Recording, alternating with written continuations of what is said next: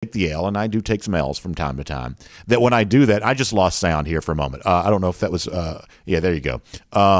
So when I do take the L, hopefully I kind of own it. Hopefully I kind of own that. So those of you who are pointing out the fact that I'm late are right in doing so. So I certainly don't try to sidestep my responsibility here on this. I don't. However, I will point out that for the most part, when we start the first and 15 very late, we also have a tendency to also start the show a little later too. We take the first and 15 beyond the 10 o'clock hour. So I don't think there's ever been a time in which we've done there. I guess there probably has been, but we'll always do at least 10 minutes of first and 15. And it's always my goal to be closer and closer to being on time for sure. So you are fair to point that out.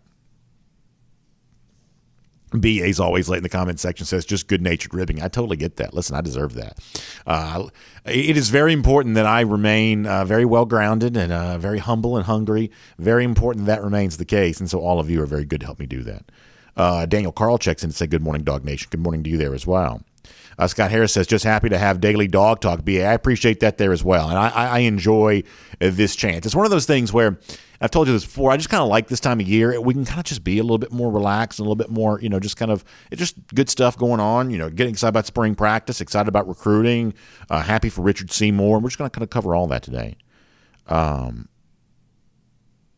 Hall also on the subject of Lebius Overton, the fact that his brother, a player at Liberty, sounds like they might be connected together. There's been a lot of online chatter in relationship to that. I believe Jeff told us about that last Friday. It seems like it's been kind of quiet on the Overton front the last few days, but Randy is right. That's out there.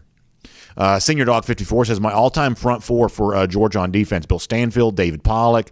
How about Jordan Davis, Richard Seymour as your tackles? Congratulations to Seymour for his Hall of Fame induction. Yeah, first of all, I love your front four there, and that's I would say that front four for a defense probably rivals about anything that any major college could put together. I would think, certainly. So that's pretty good on that, and what a moment for Seymour. And you think about that era of Georgia football. How many obviously Seymour goes on to be a Pro Football Hall of Famer, and Champ Bailey does there as well. But you had Marcus Stroud, who played for such a long time at kind of an all-pro level, and that's one thing that's always important to remember about the NFL is you have Pro Bowl. There are like 8,000 of those. But when it comes to being an all-pro, there are 2 of those per position. It's one of the most prestigious awards you can really earn, honors you can earn in sports. And so from that kind of late 90s era at Georgia, Stroud and Seymour and Champ, like some all-time greats in the NFL, played at Georgia around that same time. So pretty impressive. Scott Harris, sorry to hear that. Hope you feel better soon. Let's see what else. Dogs Only, talking about Andrew Paul. Excited about him. That's great to see. Randy Hall says they got a flash of me coming to my desk. I did not realize that, but a little behind-the-scenes look, I guess. J-Bob says, been a dog fan for many years and sure am enjoying this ride. Yeah, I hope everybody is. I mean, I hope that you take the time to appreciate that as a sports fan, when it comes to one of your favorite teams, that life is rarely as good as it is right now, that this is the kind of thing that you should enjoy. You should take, great appreciation of it. I'm glad to hear that you are. Colin Coward, not Cowherd, but Coward, checks in to say, good morning, Dog Nation. Kirby can coach, develop, and win a national title over Little Nick. So Colin feeling pretty good today. I was going to do something today on the show and I just didn't have quite time to. Maybe I'll do this on Monday. Maybe we'll do that. There was a very interesting exchange related to like Colin Cowherd and Oklahoma and USC and Caleb Williams going on Good Morning America. Like the whole thing was like very interesting, where for a little bit this week there was a little bit of bad blood back and forth between Oklahoma and USC, and Colin Cowherd was kind of at the center of all that. So that was kind of interesting. We may talk about that on Monday, because I think there's a Georgia tie into that too. Oh, how about this? So Doghouse Lawn Care says that there's going to be a Corey Smith concert in Athens the weekend before G-Day. Don't miss that out. Don't miss out on that. First of all, I'm just glad to have concerts back. I hear these commercials sometimes for so-and-so in concert or whatever else. I've seen some social media videos. Now, I haven't been to a concert in a while, but that's mostly because I have young kids and not because of the global pandemic. But I know for a while that there was just no touring, no live music whatsoever. And now we're kind of back out of that. It sounds like this summer there's going to be a huge collection of big concerts coming back. And whether I get to go to them or not, I hope I get to go to at least a couple of them. But whether I get to go to them or not, I'm just sort of glad to have live music back. You feel the same way on that? Just kind of happy to have that. Rick checking in from Australia says, good day from Australia. Rick, that's amazing. So, and we've talked about this before. I've joked, I think, with you about this in that, like, what's going on in Australia is always like the most fascinating thing to me in the world because it's Southern Hemisphere, of course, which means that if we're still winter here, I guess y'all are still summer there. If it's Friday here, is it Saturday in Australia? I'm always fascinated by that because like one of the things my son does, these are kind of like goofy games you play with your kids. Like he'll get my wife's phone and he's interested in weather and things like that and geography and whatnot. And by the way, are we on the other platforms? All right, hello to Facebook, YouTube, Twitter, Twitch. Good morning to all of you on the video platforms. We'll get started here in just a moment. So my son will get to my wife's phone, and he's like looking at all these like world cities, and he's like, what's the temperature right now in Sydney, Australia? And I'll have to try to think about, okay, is it daytime or nighttime? Is it summertime over there? And so I'm just fascinated by the whole, the world is kind of a big place when you start thinking about Australia and things like that. Scott Harris says, what time of year can Kirby take a vacation? He always seems so busy. Yeah, I think that is a challenge for a lot of coaches to deal with. And I guess like the deadest time of them all for coaches, I believe, is like July. Isn't July a dead period? Kind of like June is not. You're doing a lot of recruiting stuff around June. But I guess there's that period May, like post spring practice, pre summer vacation for kids. You kind of have some dead time right there. You also have the SEC spring meetings, and you have some dead time, I think, in July before the start of the of summer practices and things like that. Honestly, it's one of the reasons why I sort of am against moving an early signing period to August, because at that point in time, then you really are just taking vacation away. I mean, at that point in time, you've really kind of concocted the calendar, if you did move to August, where these coaches just don't have any time off at all. Now, listen, you say, well, these guys are getting paid millions of dollars. I'm sure they'll live, and I do get that. But you also see guys just get burned out. I mean, how many guys just leave? I mean, Chris Kiffin just left the Ole Miss staff after, first of all, Ole Miss has had more assistants that were there for like 5 minutes and have left, the latest being Chris Kiffin. A lot of these guys just get burned out. I mean, it's not an easy life. And yes, there's a huge financial trade-off that you make for it. You get a lot of money. But the college football calendar is constructed in such a way where, there is not a lot of obvious downtime. I guess you get some of that May post-spring and some of that in July. That's one of those things where you'll see Kirby playing a lot of golf and things like that, I guess, from time to time. But it's not easy. And the other thing that once again, I'm not trying to play the world's smallest violin for these coaches. I'm not. But the other thing you got to keep in mind is being famous is cool, probably for a while, but you also have one of these deals where Kirby Smart taking a vacation is different than you and me taking a vacation. Like, we can go somewhere and we can just kind of blend into the scenery and people kind of leave us alone. One of these big-time coaches, you also have to be careful where you go on vacation. Otherwise, you just draw so much attention to yourself. And, I know Sports Illustrated wrote the story a couple of years ago, maybe it was a year ago or so, about all the coaches that kind of go down there around 30A and, the different places there. And in some cases, maybe they're just kind of left alone around that area. But that's the other weird thing about coaches taking a vacation is, and I actually talked to, I guess he's now a U.S. Senator, but he was a coach at the time. I talked to Tommy Tuberville about this one time about, what it was like going on vacation. He said that he actually preferred going out California, somewhere like that, because when you're way out there, outside kind of the boundaries of SEC country, he said, I got to walk around California. There's not a soul in the world who even knows who I am. But he says, you try to go somewhere in Florida, somewhere like that, you just get too much tension on yourself. And, I'm guessing for Kirby and guys like that, they probably feel kind of the same way. So not only is the calendar in which you can really kind of be on vacation shorter, but you're also, kind of where you can go. Now, Kirby obviously also spends time at the lake and things like that. I guess that sort of is like his Camp David. I'm sure you can have a lot of working vacations, if you will, sneaking over to the lake and stuff like that. And listen, you deserve to do that. You deserve to do that. All right, let's see what else. Dogs Only says it's hard on the family too. Yeah, you got to be careful with that. You really do. I mean, and listen, I'd invite maybe one day we'll come up with an excuse to play this, but and we'll get the regular show started in a second. So the national championship press conference, the Tuesday morning. This is like the game was Monday night, the Tuesday morning press conference. Smart said some really candid things about that, about, I think we all have a tendency to second guess ourselves. And Smart comes across in these press conferences, things like that, as this very confident, very self-assured type guy. But, he in this press conference was talking about how, hey, sometimes when you're a young coach up and coming and you see your young children, and listen, it is just a biological fact that when you see your own young children, you have a yearning to want to spend time with them. That's just a biological fact.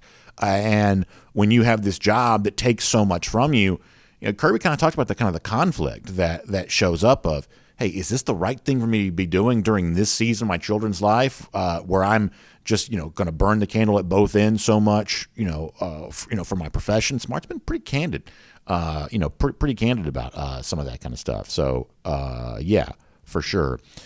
And it is hard on the families. All right, we'll get ready to get started here. Randy Hall says we need a Marlowe's event before G-Day. I guess you never know what might happen on that. That's actually a pretty good idea. I'd love to be able to do that. All right, very good stuff. Actually, let me get one more thing here about Australia. So Brad Houghton also mentioned the fact that the water goes down the drain the opposite way. Like the northern hemisphere kind of spirals down one way, and the southern hemisphere kind of spirals down the other, which is kind of fascinating too, if you really think about it. It's pretty amazing stuff. All right, before we're done today, new drama. Very odd details allegedly emerging in the Brian Harsin saga at Auburn. We will cover that. We have not really done a ton of Harsin the last couple of days, so I want to make sure I give you a couple of pretty interesting things on that today, and the end result, which looks like maybe Harsin's actually going to save his job there on the Plains. At least that seems to be where a lot of this is kind of going towards. A lot of recruiting on the show. Jeff Sintel will ask him a few pretty big questions here over the course of his time. We'll celebrate Richard Seymour, his induction to the Pro Football Hall of Fame. Also, an unbelievable compliment that Seymour recently got from somebody who does not throw compliments around very lightly. This will certainly help accentuate just what a special day it is for the former Dawg. But to begin with, some very, very interesting viral type stuff involving a couple of UGA signees, the 2022 class getting itself a lot of buzz. What do you say we begin that way on what we hope is certainly a fun Friday for all of you? It's DawgNation Daily, the daily podcast for Georgia Bulldogs fans, presented by Kroger, and it begins right now. Today's episode of DawgNation Daily is brought to you by Kroger, fresh for everyone. Presented by DawgNation.com. This is DawgNation Daily, the daily podcast for Georgia Bulldogs fans. Here's your host, Brandon Adams. We do a lot of, I guess, analysis around here, or maybe some people just call it bloviating or whatever you want to say. But, I think we have a tendency sometimes to sort of talk subjects to death, and we kind of, our analysis becomes over-analysis. We just kind of get so, into the intricate details of football. And the reason we do that, because me and all of you and everybody who's kind of under this umbrella of DawgNation, we just love college football that much. And a lot of us were also big Georgia fans there as well. So all of the details are kind of fascinating to us, and we can really get into the weeds on a subject like this. It's one of the reasons why we have things like DawgNation Daily, a show devoted to Georgia football each and every day. We want to kind of expand out every topic and look at it in as many different ways as it can be looked at, in a way that more traditional media that's touching on all the sports is never going to have time to do that. That's kind of why we exist. But there's also that moment in which, hey, maybe a lot of over-analysis isn't really worth it. Maybe it's just time to just kind of appreciate the simplicity of certain things. And I'm always kind of impressed with a lot of the Georgia signing classes. There always just sort of seems to be a lot of wow factor with a lot of the guys that Georgia brings in. And yeah, you can look at measurables, and you can look at, the stats. You can look at a lot of things that are connected from a numeric standpoint to the recruits, and that tells a story. But sometimes, and it's like an old cliche, but sometimes it's really the picture that tells the biggest story. You've heard it said before that a picture's worth 1,000 words.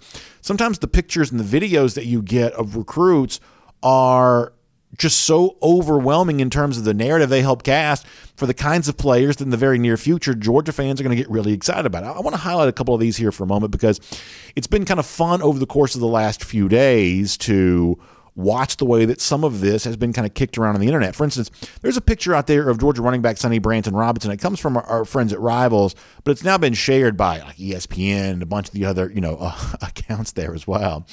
And I realize if you're listening radio podcast, you haven't seen this, but I'll put a link on the show when I post it at DawgNation.com so you can see it for yourself.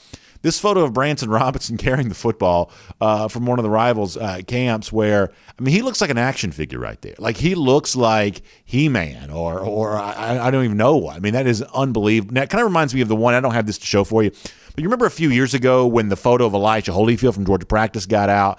And I believe our buddy Logan Booker, who works in the radio at 960 The Rep, I believe he's the one that took that photo, and then by the time ESPN got a hold of it, they had kind of like photoshopped it to the point where it was like cartoonishly big, almost like Popeye. I don't know if this is photoshopped that way or not. I certainly don't have any reason to say that it is.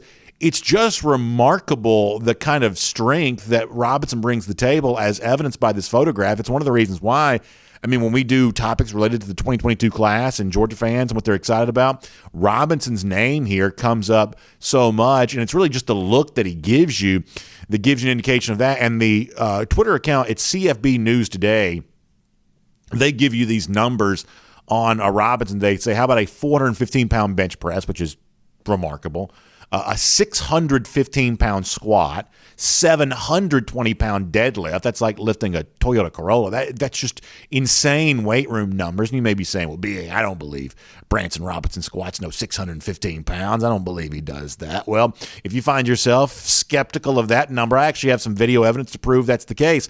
Let me show you this. One of the guys shared this on Twitter here. I want you to see this of Robinson in the weight room. This is Cam Meller who shares this.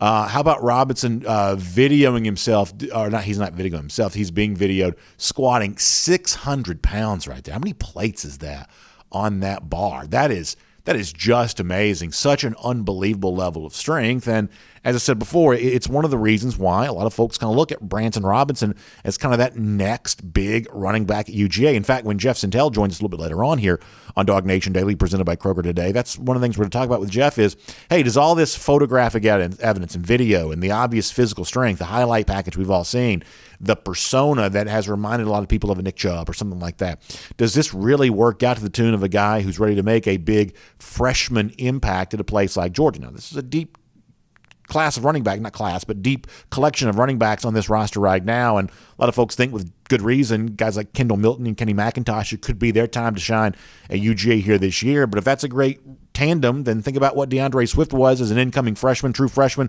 in 2017, how we complimented that tandem back then.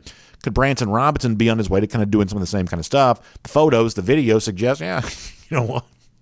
If he's not, it's certainly going to, if he's not that, it's certainly not going to be because of a lack of physical conditioning, because clearly even before he gets on college campus, he already has some of that going for him. So we'll talk to Jeff Sintel more about that coming up in a moment. But I also want to highlight another guy here for a minute there as well. And this is a guy you've heard me talk about before that I've really tried to kind of put my chips down on the kind of unsung hero of this 2022 class, a guy who I think has a chance to have very high upside. And this is, listen, high upside is different than this is a sure thing, you make your bet on him. You know, the sure things of this class may feel more like a Marvin Jones Jr. or someone like that. But the high upside of, hey, this may be worth taking a flyer on in terms of being way better right now than he's currently getting attention for, that's a guy like Daryl Smith for me. And we've talked to Jeff Sintel about this. And a couple of things that Smith has recently put out on video. This is a recent track performance where, I mean, he's so far, out, just unbelievable running here. Just a very impressive feat. Watch him closing out here and coming to get that done. First of all, look how much bigger I mean, Smith is a tall guy, and it's the long frame that you really like here. But look how much bigger he is than everybody else. And look at the way he's just kind of running past people. And now all of a sudden getting a chance to extend the lead. And that's what you're going to hear from Kirby Smart on about Smith in a moment. That's one of the things that he does talk about there is just that ability to run. That's one of the things that Georgia's looking for is, when we get you on campus, when we get you worked out, when we're kind of evaluating you there, how well do you run? That ends up being one of the things that Georgia really values these guys on more than anything else. And he is a very good track star, but he's also a very good basketball player too. And you would kind of expect that. Big, long frame, long arms. If you're watching a video once again, take a look at this block shot going up high, getting the ball off the glass. A lot of you who've been with me for a long time know that there is nothing I love more than watching the way in which a football recruit plays basketball. It's just kind of a cool thing to see from time to time, and the Smith block shot there is a great highlight on all of that there too. So a lot of buzz about him on social media right now too, the athletic profile that he brings to the table. A little bit of an unheralded recruit in that didn't sign in December, was a commit that actually signed in February. But when you look at that long frame, those long arms, big body, tall guy coming off the edge as an edge rusher, the athleticism, boy, you really think that this could really be a diamond in the rough for Georgia in that 2022 class. In fact, go back to signing day a couple of Wednesdays ago, Kirby Smart kind of accented some of the same points when it comes to Daryl Smith. Here's Kirby talking about him. Daryl Smith is a kid we're excited about. We've loved. He's got a great work ethic. He's from rural town down there, and he does a wonderful job every time he's been up here of competing, working out. He's got a lot of growth potential. He's long. He runs well, and kids that are that size that run well tend to do well in our system. And he played like a receiver at times. And he's running track right now, and is one of the fastest track kids in that area. So we're certainly excited about him. He's got a lot of development to do.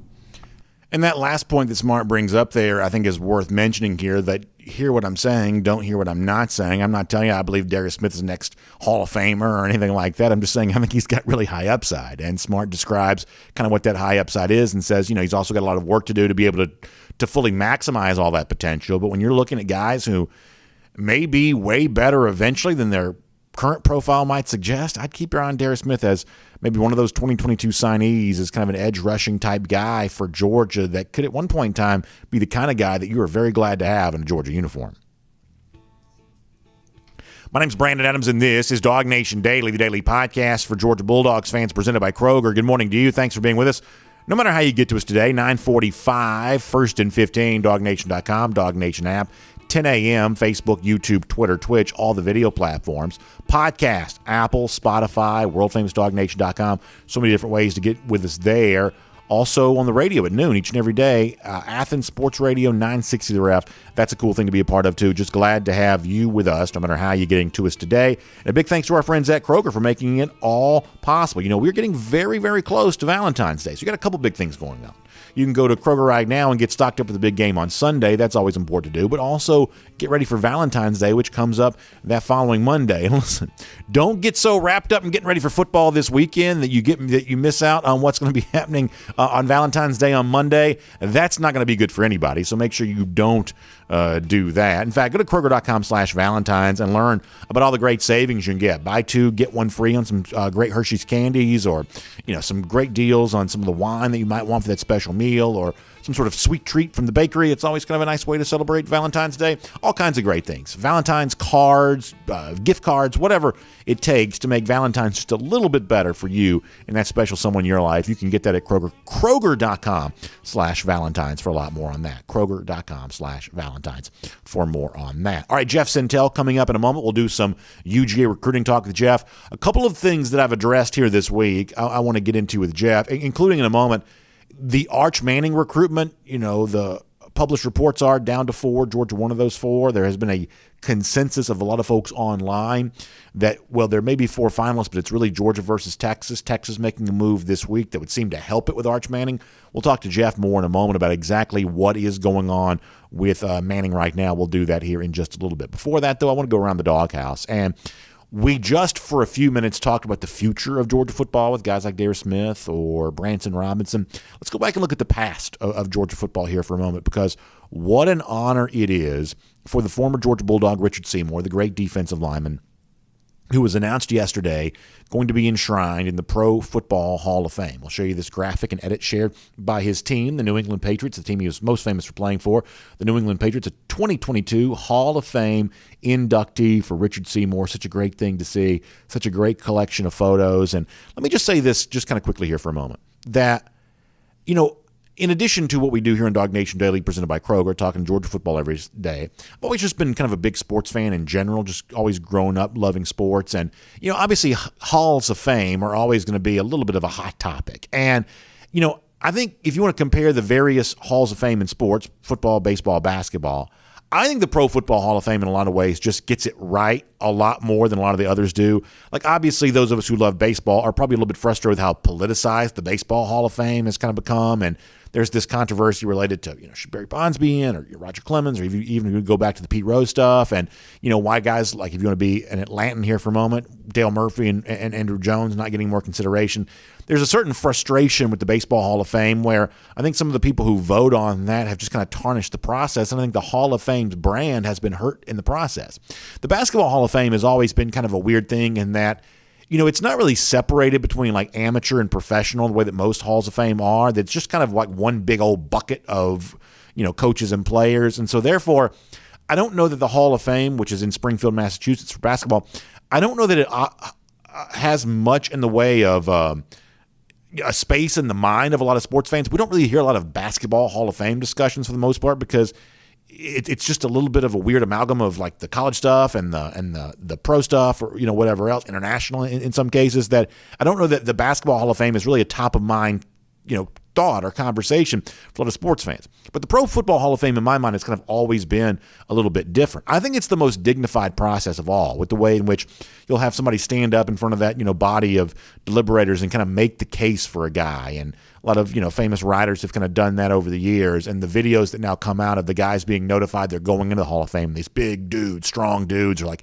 just reduced to tears. And we can't help but be a little bit emotional about all that too, because of just the poignancy of the moment. I just think the Pro Football Hall of Fame really gets it right. And so anytime you see a former Dog, like in this case Richard Seymour, going into the Hall of Fame, that's just always a great thing to be able to see as well. And kind of looking in on the Seymour stuff over the course of the last couple of days, obviously remembering his time at UGA and what a great player he was then, and what he's gone on to be here at the University of, I should say, for the New England Patriots, now going to the Pro Football Hall of Fame. I came across something that Bill Belichick said. I guess this goes back into October. I think maybe the time Seymour was kind of being put into the Patriots Hall of Fame, their local franchise Hall of Fame, and Belichick got up to speak on behalf of Seymour. Now, keep this in mind for a moment. This is the guy who historically cannot stand speaking to the media, who really says as little as possible in almost all these situations, and yet listen to how effusive Bill Belichick, who coached Seymour for a long time, listen to how effusive his praise is for the former Dog now that he's going to the Pro Football Hall of Fame. Great stuff from Belichick on Seymour. Take a listen to this. A lot of times you'll say, well, this guy's sort of like that guy, and this guy's sort of like that guy. There's nobody like Richard Seymour. There's no, well, this guy's like Seymour. Like, no, he's not like Richard Seymour. And they just don't come along. They're a generational type player, athletically and talent-wise, but then, the bigger part of it is just what Richard brought to this team, this organization as a person. We're a college football show here, a Georgia football show in particular, and obviously Seymour has the UGA tie, but I think most of us are also big enough football fans, have enough of an appreciation for the sport overall that we understand the weight that comes when a guy like Belichick is throwing that kind of compliment around of. They don't make him like Richard Seymour, both in terms of his athleticism as a player, what he means as a person. To have played the game in such a way that Bill Belichick gives you that kind of compliment. That says everything you need to know about the former Dog right there. And that is Around the Doghouse here on DawgNation Daily, presented by Kroger here today. Obviously, we got a lot to do with you over the course of our time. Before we're done, we'll get more into the Brian Harsin saga there at Auburn. There are some new, very odd details that have emerged on that over the course of the last 24 hours or so. And it also seems like Harsin may be on the way to maybe saving his job after it seemed for a while like maybe he might not. All kinds of new details on that. We will cover that with you here in just a moment. But for now, on, as I mentioned before, the latest on Arch Manning, some very interesting comments this week from other top 2023 prospects, exactly what they are thinking about their process right now. And also what's going on with Georgia, its pursuit of some elite wide receivers on the heels of Georgia hiring a new wide receivers coach and having that new coach being very well received by some of the top prospects all the way around. We'll cover that all coming up with Jeff Sintel here on DawgNation Daily, presented by Kroger here today. Seems like we may still be waiting on Jeff here just for a second, so we'll cover that and get that going here in just a little bit. Also, before we're done, obviously, R.S. Andrews Cool Down. We'll take a bunch of your comments and kind of find out what you have on your mind as we roll into the weekend. I know a lot of you obviously getting excited and ready to go for the Super Bowl on Sunday, big parties, a lot of folks coming over maybe you're going somebody else. Hope you enjoy the football. Last chance we have to watch some real football here over the course of for the next few months, right? Spring practice will be here before you know it, but our last chance to see a real game comes up on Sunday between Rams and Bengals, so we'll look forward to seeing that then, and maybe for our cool down, we'll talk a little bit more about what we may expect to see happen in LA on Sunday. But for now, let's get ready for some recruiting talk. As I said before, Arch Manning, Brandon Ennis, all kinds of interesting stuff that's out there right now, and a little more on the Branson Robinson conversation that we also had going a couple of minutes ago there too. Let's cover it all. Jeff Sintel here on DawgNation Daily, presented by Kroger. From Athens and across the SEC or wherever the recruiting trail may lead, here's a DawgNation.com insider. We'll say good morning to Jeff Sintel here. Always great to have him here on DawgNation Daily, presented by Kroger. And Jeff, let me bring you into a conversation that we were having a few minutes ago. You see the photo that's out there of Branson Robinson, the running back, looking like, action figure, He-Man type guy. Video of him squatting more than 600 pounds. And obviously you've done some great chronicling of him as well there at DawgNation.com. And, Robinson's already one of the short-list fan favorites, I believe, from this 2022 class. And, we've seen freshman running backs at Georgia over the years have a pretty big impact before, including even during the Smart era. That's kind of been the case if you want to think about, what DeAndre Swift provided for Georgia in 2017. How much of an immediate impact do you think a guy like Branson has a chance to make at Georgia? Hey man, good morning back to you, Brennan. I think it's going to hinge on a lot on how healthy he is. I think that's one of the things that maybe stunted the ascent for a guy like Kendall Milton, who had a lot of breakthrough ability as well. It's funny because here's one of the things I really wanted to pay attention to at the All-American Bowl, because to be honest, and this is something Branson even admitted to me, is like he's never really played football games with guys all across the front that are really strong, even all region capable players, or a quarterback and arm and receivers out wide that are going to keep 7, 8, 9 guys out of the box. So a lot of times in his high school career, he eventually gets pummeled so much, and a lot of times he does the pummeling, that he only plays like 8 games, 9 games in the season. Not the full weight of his entire high school season. And I think that's one of the things. You can't really say that Georgia's strength and conditioning is going to augment this athlete. If anything, it's just going to find a way for him to kind of resist maybe some of the pulls and the strains and everything else. But the thing we got to realize about Branson Robinson is he's really only going to be called on for it through the bulk of his Georgia career for somewhere between 16 and 22 carries per game. And that's the type of workload it really feels like these broad shoulders can really handle. Here's what I had to learn about Branson Robinson. And he looks so powerful, Brandon. He almost looks like he's Thanos with all the gems.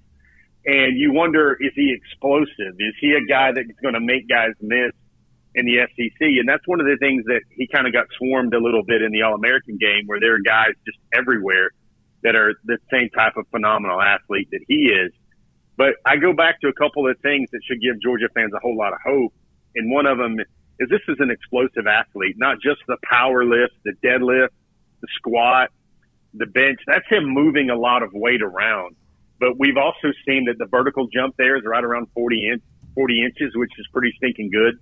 And then we've also seen his 40 times are in the low 4.5s or in the high 4.4s. Another thing, if you point to just his athletic DNA, is his older brother, Braylon Robinson, who went to Alcorn State, one of those really great HBCUs, and he was the 100-meter school record holder with like 10.08, 10.10 times in the 100-meter dash. That is really flying, because, I think the world record now is still only around 9.8 seconds.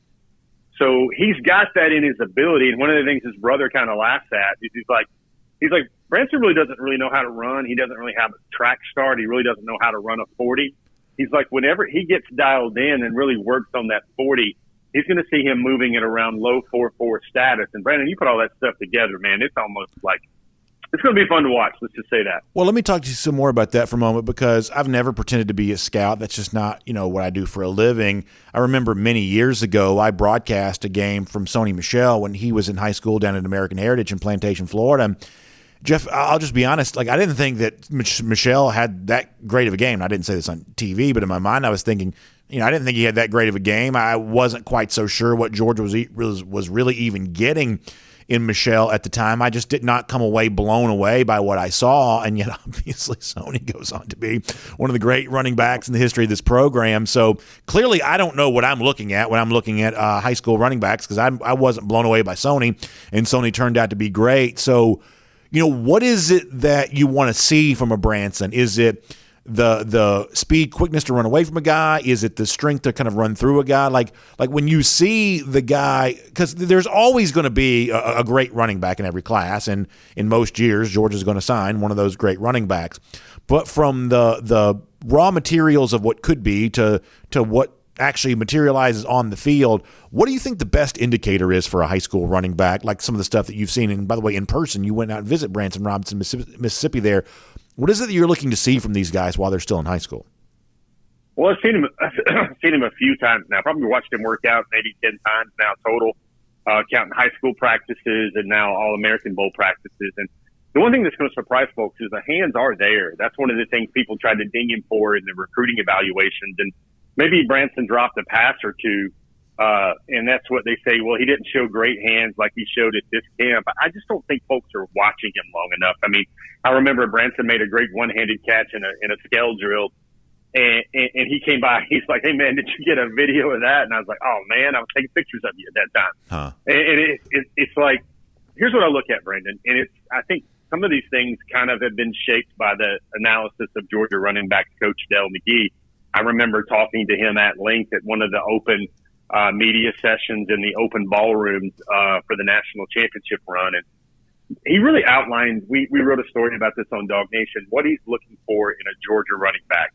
And it kind of somewhat mirrored what I was always through 20 years of doing this. Let's face it, Georgia recruits a certain standard of running back. We're all these guys. Georgia's going to only offer about 15 running backs a year, maybe even like 8 or 10. They're all going to be really stinking good. The things I look for is I look for a couple of things. One, I make sure I know a diagnosis of the play and I know what's happening. And then I want to know, well, how many yards should he get on this play? And then what does he go beyond that? I think Del McGee even calls it dog yards. From the point where you should be stopped, when a really great high school running back should be stopped, how many more yards do you get after that? I mean, Del McGee specifically calls it dog yards. For me, I look at another thing, whereas the first guy should never get you. The first or second guy should never get you. They usually should have to hang on, and they should hope for help when your boys arrive, and that's when you get them on the ground. That's what you see a lot with Branson Robinson's tackles. When somebody gets him, somebody just hunkers down and holds on and then waits for a cavalry to arrive, and then they finally get this massive human being on the ground. The other thing you got to look for, and that's really the separator for an All-American running back and a Georgia running back to me, is you've got to, when you catch the clear, when you break away, everybody, I think, to use that classic Jim Donnan phrase he's used for 30 years, you let them see your tail lights, and that's all you see. You have the ability, once you get into the clear, where you're not just getting extra yards after you should have gone down. It's you house the thing, and you have that breakaway speed, and you have that extra gear. I think there's a big difference in this world between a guy that's fast and has a lot of speed and a guy that has a lot of quickness. And I think you need a combination of all those things to really excel in the SEC and to really excel at Georgia. But I think the thing that a lot of folks are waiting to see at Georgia, specific to the case here of Branson Robinson, is what happens when everybody blocks their man and they get a push. And it's really just Branson Robinson with 2 or 3 guys in the defensive scheme to have to beat. Is he going to be able to make a move on that guy? Is he going to be able to pummel that guy? Is the other guy just not going to be able to get him in the ground when his buddies arrive? I really think if you give a career of Branson Robinson where he gets to just the line of scrimmage, man, unimpeded, I think you're looking at a minimum of an all-SEC type season, because Georgia will have the tight ends, Georgia will have the wide receivers and the quarterbacks around him that are going to get a lot of those guys out of the box, which is going to reduce the the chance for the defense to put him onto the ground to maybe 3 or 4 guys on any given play. Let me transition here to a quarterback, Arch Manning, class of 2023. I think most of us certainly expect Georgia to be deeply in the mix for Manning throughout the entirety of this process. Been a lot of chatter about him the last few days, some of the stuff that Steve Wiltfong from 24/7 Sports has talked about, but also that just general consensus that in a lot of ways this may come down to Georgia on one side, maybe Texas on the other, and Texas reportedly making a move that would seem to help them with Manning, bringing in David Cutcliffe. Pretty much everybody knows the relationship that Cutcliffe has had with the Manning family as offensive coordinator at Tennessee with Peyton and then a head coach at Ole Miss with Eli. This is a guy the Manning family knows and likes. So how much do you think the presence of Cutcliffe in Austin at Texas could help Arch Manning, or I should say Texas, with its recruitment of Arch Manning? I think it's going to help, Brandon, but I'm at the point with this recruitment, and it feels like this is February. Everybody's got to shift gears to 2023, and everybody wants to get themselves an Arch Manning headline up weekly because they know that guy's going to drive a lot of interest. I think On 3 Sports put together its NIL evaluation meter or something phrased to that extent, and he was by far the number one NIL metered athlete in college football recruiting. And if you put him amongst all kind of amateur athletes, he's right up there with the Bronny James and everybody else like that. I think Texas and Georgia seem to be the teams to look for. I think Alabama is in there as well. Here's a key factor, and I've mentioned this a couple of times now, is Brandon, I don't really see perhaps Georgia's relationships are going to be strong. I keep saying that I think the Matt Luke hire is going to go a long way. I think Todd Monken's development at the NFL level and the way he schemes up and calls plays is going to help Georgia a lot. I think Buster Faulkner is very underrated. That's the Georgia quarterback analyst. He's not an on-the-field coach. He was a former offensive coordinator at Southern Miss.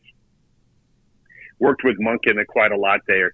And I think the main thing, and this is what I'll kind of trumpet to make the final point here for this topic, is nobody is really going to have Georgia's defense except Alabama. And I think that's one of the things that the Mannings are going to look for that Georgia has that really only one school, which would be Alabama, has. And I don't think Texas can build a defense quite like Kirby Smart has over the last 2 or 3 years. And I think what the Manning family realizes is, you're going to be as good as the work you get every day in practice and the guys that you have to sharpen your craft against and sharpen your skills against. And I think that's one area where Georgia is going to score a lot of points with the Manning family as this recruitment goes forward. They've had brilliant visits. Of course, those visits are going to go great to the University of Georgia when you're an All-American quarterback. I just, one of the things I try to look at it this way. There's the temptation to write an Arch Manning story every week because everybody would read it, I think. But I'm going to say this, and I know this point will probably be lost on a lot of folks. It's just the way I see it is, yes, it's the Manning name. And yes, it is the royal family of quarterbacks, college football in general. But I don't know if the Georgia market, this is just the latest incarnation for the Georgia market of the most impossibly terrific, tantalizing quarterback narrative of all time for this new year, new cycle. I mean, I think the Gunnar Stockton thing was something. I think that Brock Vandagriff was something. I think Justin Fields, Jake Fromm was something. I think Jacob Eason was something. I mean, it's not like Georgia fans have not seen this before where we go, wow, this is about as big of a quarterback recruiting story as we could possibly imagine for this fan base. And yes, it's the Manning name. Yes, it's a national brand. But to me, it still is what it is. It's Georgia going max efforts. It's a guy that will change, I think, the scope of how a lot of folks would view Georgia's offensive reputation. I think that the quarterback narrative is overplayed with Georgia. Maybe it will be rolled down a little bit because the national championship happened. But I can say this, if Arch Manning does eventually sign with Georgia, I think that should render all points moot about Kirby Smart and as a place or a cradle of quarterbacks or whatever. If the Manning family trusts the latest prodigal son with the Georgia football offense and Buster Faulkner and Kirby Smart and Matt Luke and Todd Monken, I think that should say enough for all of college football about how well Georgia can train a quarterback. Speaking of big-time recruits, different position, Brandon Ennis, interesting exchange the last few days. Obviously, he was very excited about Brian McLendon being hired. I think we talked to you about that last week. And, there was kind of fun stuff with Raymond Cottrell and Ennis going back and forth over the subject of McLendon. Like, in real terms, though, how much do you think a guy like McLendon opens the door for Georgia with the kind of wide receiver recruits that fans want to see Georgia in better pursuit of? Yeah, and Brendan, I think I can say this without having a derogatory word about anyone here. It's just a lot of folks really like Brian McLendon, and there's a lot of folks that probably think that Brian McLendon excites them a little bit more about Georgia than ever before with him recruiting wide receivers now. And I mean players. I mean the young men across the country that will consider Georgia as a spot for their football career. Brandon Ennis, I don't know if I can roll the hype meter up any farther than this by just saying that I think he can have a George Pickens type impact at Georgia from day one. I think he's that special of a receiver. Every time you see him compete, you walk away from the showcase or the setting or whatever thinking, that guy was the best guy here, and it really wasn't close. And that guy might have been the best guy here if he was playing another position, whether it's slot receiver or X receiver or playing some defensive back. I mean, he's just that talented a guy. And he's only about 6'1", maybe. He's about 195 pounds, but he has all those qualities that everybody loved in a Dominic Blaylock coming out of high school. Maybe he's a little bit bigger. Maybe he's a little bit more explosive and twitchier. Maybe the ball skills are a little bit better. I mean, that's a guy when you sit there, and I guess I'll say this right now, Brandon. For me to sit there and say, hey, how can Georgia have the most incredible 2023 recruiting class? Well, I think Arch Manning belongs in that group. It has to for the best possible outlier or outcome for Georgia's 2023 class. But you better believe Brandon Ennis' name would be in there as well in terms of I'll tell you this. If Georgia can sign Manning and Ennis in the 2023 class, I think all the needs about, 2022 was the defensive super heavyweight class. Then I think 2023 needing to be the yin yang and balance that out with an offensive gangbusters class. If you have a class that involves those two names, I think you're going to have that. I want to finish with this, if you don't mind. We talked about, I think it was one of these days this week. All these days kind of run together after a while. But Mclean, 5-star cornerback, what he said recently about the frustrations that he goes through when he wants to consider his school and there's changeover at the coaching staff. And we don't know that he was talking about Georgia, but he certainly could be talking about Georgia, just given the fact that Georgia has changed defensive backs coaches a lot. And Jeff, what I said about that on this show at the time was not so much a concern of, what does this mean for Georgia's pursuit of Mclean? I'm assuming that Georgia's going to stay in good shape with 5-star cornerbacks because for the most part, that's just what Georgia does really well, which is recruit elite defensive backs. But beyond that, I was just really glad that Mclean shared what he shared because I do think it's important to remind ourselves of what is it that most recruits really want. Even an elite recruit like Mclean talking about not the desire to necessarily be an employee of somebody's company, but a member of somebody's family, to be kind of connected to something that's more relational than transactional. And I just think that's an important reminder here. Kirby Smart in the press conference on signing day talked about the level of consistency with which Georgia pursued a guy like Christian Miller. And ultimately, that's one of the things that helped Georgia win that recruiting battle, that families want to feel like they can trust the school they send their son to as if it was also a family. And a lack of consistency sometimes maybe calls that into question. I'm sure that Georgia will be fine with Mclean. Whether they ultimately win or not, I guess we'll decide. I'm just glad that he spoke up and talked about what mattered to him, because I think it's important to remember, that these recruits are human beings and they want to be recruited as a human being by people who are genuine, authentic human beings towards them, right? Pretty much. I think that's the best way to describe it is, and heck, it's not just Mclean wondering about Georgia. It's Mclean wondering about Miami and other schools on his list. I thought that was a great window into the psyche of the young man. And Brendan, he just visited Georgia in January, and that thing went super good. I mean, he immediately decided that, he needs to come back to Georgia. He decided that, my top 5 probably needs to become a top 8. Georgia needs to be in that thing. He brings to mind, I don't know if you've seen his tape yet, Brandon, but I know when we start throwing out these things and it's 5-star and nation's #1 cornerback, then automatically that's real estate for a reader's interest, where it's like, an A1A property with a pool that's ocean view. That's all really a lot of people need to hear to get interested. But I would advise anybody to watch that film for Mclean, because you can say the one thing he doesn't have is top end speed, incredible top end speed. But you want to look at a guy that looks like he's Ed Reed back there, or a guy that's outthinking every quarterback. Brandon, the first, I think, 4 minutes of the guy's tape are pure interceptions. And he's fooled so many guys. I mean, his little go-to move is like, kind of sitting back and, whether he's in zone or in man, and making the guy baiting that quarterback and thinking, I've got him beat here. Here's a big gain. Here's a big chunk play. And he ends up closing on the ball, reacting well on the ball, breaking well on the ball, and making a pick. I mean, you can watch that tape, Brandon, and it's really uncommon to watch his tape for the first 2 or 3 minutes. And every play is an interception. Brandon, you just don't see that. And you don't see that, of course, because it's not like this guy had no offers going into his junior year and wasn't really highly rated. It was the thing that he lets guys think that they are so wide open and then closes down on the ball. Kind of shades of primetime a little bit. It is. Where he's making so many plays where I can't believe after 2 or 3 weeks of that, the OC and the quarterback coach and the head coach are saying, son, unless you develop the arm of Matt Stafford this week, do not try to stick that ball anywhere near Mclean, especially when you think you got him. Just leave that side of the field alone. He's a guy that, you bring back, Tim Jennings is a guy that reminds me of the last time that Georgia had a player like that reacted so well on film at this age, or the plays that Tim Jennings would make when he was a Georgia Bulldog. Now, I know that's going back a ways for some of your top fan badges there on the Facebook and all our feeds right now. But, that's a guy that immediately came to my mind's eye when I saw him play. And, hey, it's not news, Brandon, to say 5-star corner visits Georgia, has a great visit.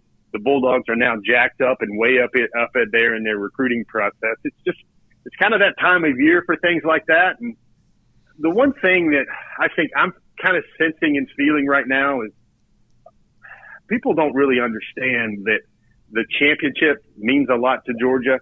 It validates Georgia as a team that was right there, but now that is there at the top. And one of the most brilliant things I think Georgia has done, and I'll be curious to see if they only do this for the next year, but letting these young men take these pictures with all these trophies and letting them hold the trophy. I mean, I've heard 340-pound linemen describe it to me, Brandon, is they let them hold that crystal football. And you remember that story from years back? I think somebody that I guess ended up with Georgia maybe. It was Orson Charles. The Alabama. I think it was Orson Charles. I mean, I hate to say that Florida once had a crystal football, but I believe it was Orson Charles at Florida that broke the crystal football, I believe. Yeah, maybe they got a dummy one, the ones when the Picassos are up, and they've got one that's just for patrons only or whatever. Maybe that's the case. So many people have touched that crystal football and they've held it, and they've said, I've heard this so many times that they said it was like, holding a newborn baby, and the other guys are to have Georgia host recruits with the trophy and all their facilities is kind of like the ultimate flex. But I think we wrote about this a while back for a piece for the Atlanta Journal-Constitution is, Brandon, you're supposed to get a bump traditionally every year after a national championship. LSU got it. Alabama has one every year because they're always winning a national championship. But you look back the last few years, and Clemson gets one. When you win a national championship, you get a bump. You get an uptick in recruiting the next cycle advancing following that. And I just don't know what that's going to look like for Georgia, because it already feels like it's as bumped up as it could possibly be for them to find another layer. Jeff, great stuff. Thank you for being here on DawgNation Daily, presented by Kroger here today. Hope you have a great weekend. Enjoy the big game on Sunday, and we'll look forward to chatting with you about some recruiting stuff again very soon as well. Hey, Brandon, take it easy, buddy. Keep showing off those viral videos, man. I appreciate that, Jeff. Thank you.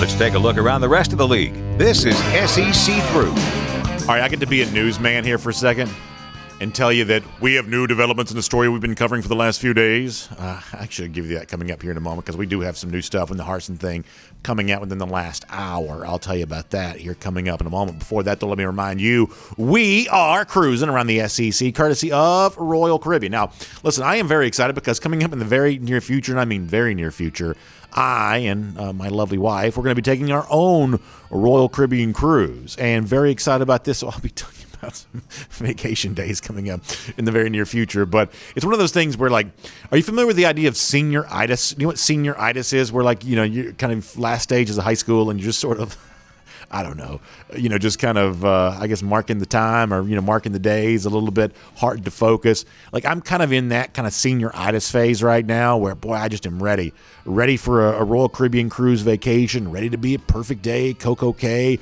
ready to enjoy a lot of these really cool things on board the ship. And I told you before, I'm the kind of guy, I like to spend a lot of time online and, whether it be looking at YouTube videos or going to the website or just, seeing some of the social media stuff. I like seeing all the things that are on board, including some of the great onboard entertainment at a place like, Royal Caribbean, some of the great specialty restaurants, Chops Grill, a tremendous steakhouse. That's always a really cool thing to enjoy. There's all kinds of specialty restaurants that you can choose. The dining experience in a Royal Caribbean cruise ship is one of the things that's changed so much over the years. So many choices. You want my time dining when you can kind of eat on your own schedule, or you want to be able to enjoy, as I said before, specialty restaurants and entertainment there as well. There are like these Broadway-style shows.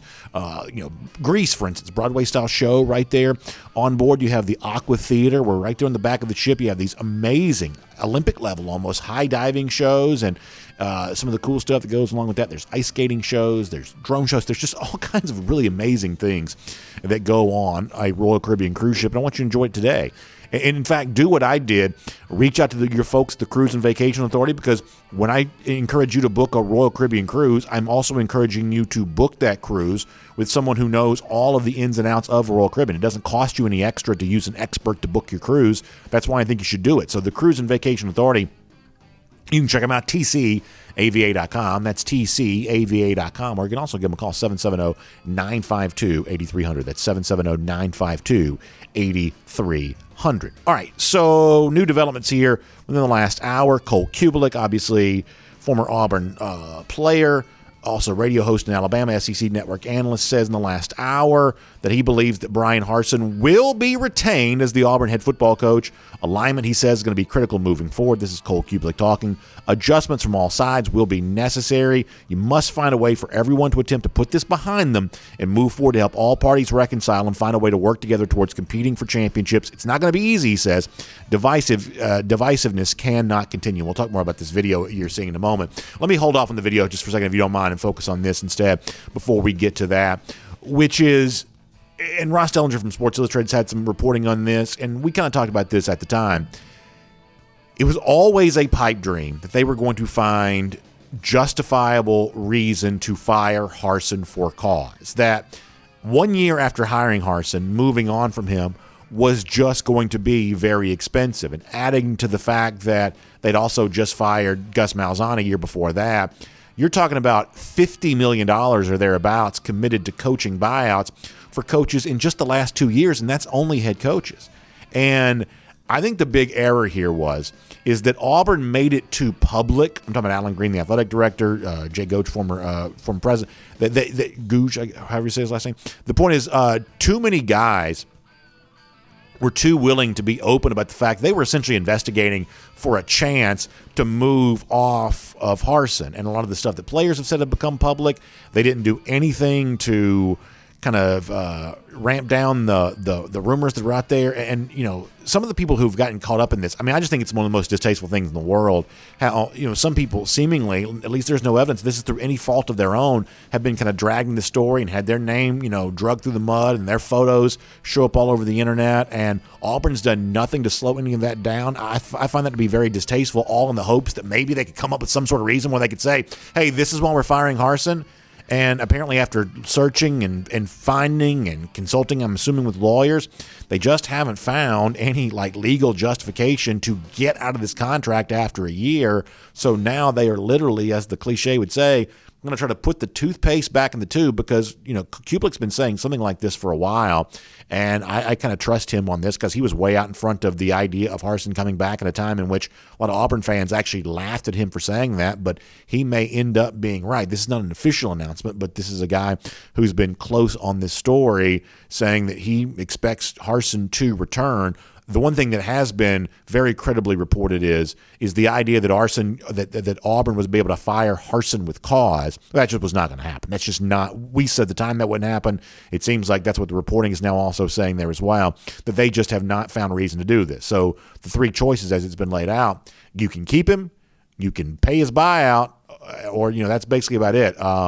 But he is not going to. He is not going to be able to be removed from the job without owing him, it would seem, the money that is associated with his contract. And Harson's really got no motivation to negotiate that buyout down because it doesn't really seem like Auburn has much leverage in all of this right now. Now, all of this is kind of interesting because it does kind of come on the heels of the fact that Harsin was on vacation. They now changed like state law, so saying that you got to cooperate with an investigation, and you can't use vacation as a shield and all that kind of stuff. So there is clearly some bad blood here, and Harsin has stood up for himself in relationship to all of this. He hasn't necessarily chosen to play nice throughout all of this. He's certainly not doing anything to help Auburn right now. So there is clearly some very obvious bad blood. Boosters seem to be involved in all this too, and if he really is coming back, then they are going to have to try to find a way to clean up all this mess. And obviously this controversy kind of certainly was very public yesterday in the SEC coaches meeting that took place at the SEC office in Birmingham. There were a lot of reporters on the scene for that, including Michael Casagrande from AL.com. And I'm always amazed at when like sports reporting starts to look like political reporting. You know how like you see the cable news guys chasing somebody to their car when they're leaving, trying to get a comment from them. So here's Harsin leaving the meetings, one of the few coaches who used the side door, which is a little bit of a I don't want to say admission of guilt, but certainly not a great look for a coach who felt the need to go out the side door. Now watch this video as well as Harsin walks out the door, goes to the wrong car, circles around that SUV, and has to come back to the right car. It's almost like, for those of you who are listening radio podcast, the scene from the Super Bowl halftime show a couple of years ago where like the Weeknd's like running around all those corridors in the area underneath the staging area, and kind of that sort of becomes a little bit of a meme. Like here's Harsin stumbling and bumbling his way around the street trying to find what car he's supposed to get into here. Like that's not a great look. The entire thing is just incredibly awkward here, and all of those cameras chasing him around as he tries to figure out which car he's supposed to get into. It's all really, really pretty amazing, but that's what played out in Birmingham yesterday. Then there's also this, and maybe you've heard this by now. Speaking of Michael Casagrande, his outlet AL.com also did a story on a caller this week to the Paul Feinbaum show named Dale from Boise, who is alleged to have been Brian Harsin's father. That Harsin's father, who has engaged with some sports radio over the years up in Boise, where Harsin used to be the coach, there is some thought that maybe he also called into the Feinbaum show this week to offer a defense of his son. We don't know this for sure. Feinbaum has now come out to say that, yeah, maybe it was Harsin's dad who reached out. A lot of folks seem to think that it is. Obviously, you don't really know what Brian Harsin's dad sounds like, but I'll play the audio here. You can judge for yourself. Does this maybe come across as Brian Harsin's dad calling the Feinbaum show to offer a defense of his son? Take a listen. Dale, who is in Boise, Idaho. Hey, Dale. Hi. Hey there. How you doing? We are doing great. What about you? Good. I'm doing great today. So, first time calling your show. Anyway, on the recruiting portion of it, they said it didn't recruit very well. Well, I think you did a pretty good job, recruiting some of these players. They don't have to be starstruck with 5-star ratings. They could be good players, went after people who wanted to play the game and not just starstruck with their stars and stuff. And I think he did a pretty dang good job. Maybe Kellen Moore, Leighton Vander Esch, Jay Ajayi. Yeah, but Dale. So you can judge for yourself. Does that sound like it could be Harsin's dad calling the Feinbaum show? And obviously it's a little bit of a punchline, a little bit of a joke if it is. But my overall take on this may be a little bit different than you might assume, which is I don't care how good of a coach Harsin is. Maybe he's not a very good coach. I think the SEC situation is probably overwhelming him, and having his dad calling to the Feinbaum show would seem to be an example of not realizing you're not in Boise, Idaho anymore. I think that's all probably fair to point out. However, here's what's more important than football.